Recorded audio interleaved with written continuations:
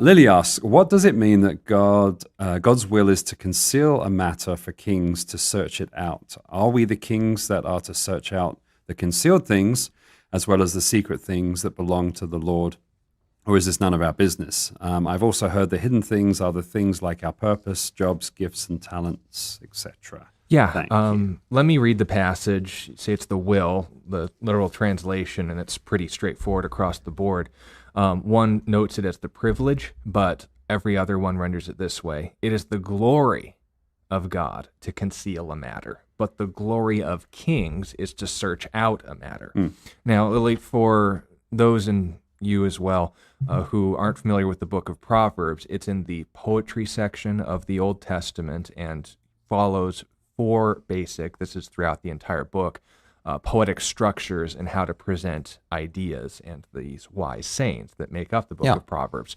This one is what's called a contrast. It's taking a single theme and comparing it to something that is either lesser or not as good, the lesser to the greater.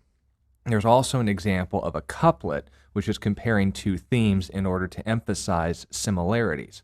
This would be a contrast between God and his priorities and kings specifically and their priorities. And from the wise saying, we can glean some truth, not about, well, what's the deeper significance of what we're to search out.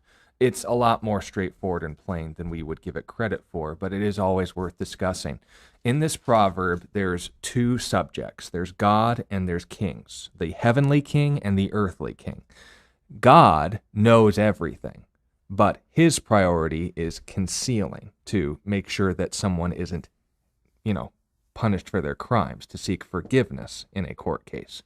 A king, on the other hand, doesn't know everything, and his glory, his desire, what shows him for what he is him seeking out a matter. Right. So you have someone who doesn't know everything who wants to investigate. You have someone who does know everything and wants to redeem, wants to forgive. So where do the priorities lie? Well, obviously, this isn't a condemnation against capital punishment. God is in favor of kings doing this sort of thing, if it is true, to seek out a matter truthfully. But if we note God's priorities are for the redemption of the wicked rather than their punishment, what then should the job of earthly kings be? This is the point that Solomon's making. God's job is to forgive them. It's the king's job to punish them. You are neither. That's a first thing that you can take away from. But what's also interesting, this can be, and rightly is, taken from Deuteronomy 29, where Moses makes the observation that the secret things, the things that we don't know, the kings, belong to the Lord, our God. But the things that are revealed to us and our children forever are for what purpose? That we may follow the words of his law.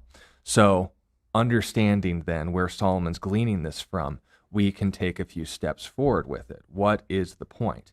If God's priority is forgiveness, and we see this even continue to be preached in Ezekiel 33:11, quoted by Peter in 2 Peter 3 and verse 9, I believe, all of these things show the character of God. If you knew everything and you were perfect, you wouldn't seek the punishment of the wicked. You try to redeem them, to conceal those matters. If you were given power, your job, your responsibility is to seek out those truths so that you can properly represent God. This is the contrast that's being made, not just between responsibilities and priorities, but the main difference between God and man. God knows everything, man doesn't. Man seeks to know the things they have to know. That is, kings in a court of law. But God is the judge of all the earth. Where are his priorities? In our redemption. And that's a revelation, by the way, in the New Testament, or Old Testament, excuse me. So note those points, Lily, and understand the theme of the contrast. When we say, oh, well, kings are humans and we're humans, so we're the kings in this passage. Kind of a stretch. Oh, well, God's glory, God's will, no, it says glory is to conceal a matter. When's God shown for what he is, his weightiness? It's in redemption, not in punishment. Right. Punishment comes naturally. Right. But if, on the other hand, when is a king shown his propers? When he can represent God, not knowing everything, yet justly judging. That's the point of the proverb. Yeah. Yeah, and I couldn't add anything else to that. As far as God concealing a matter, some people say, so is God holding out on us? Sometimes people will raise that issue based upon that proverb.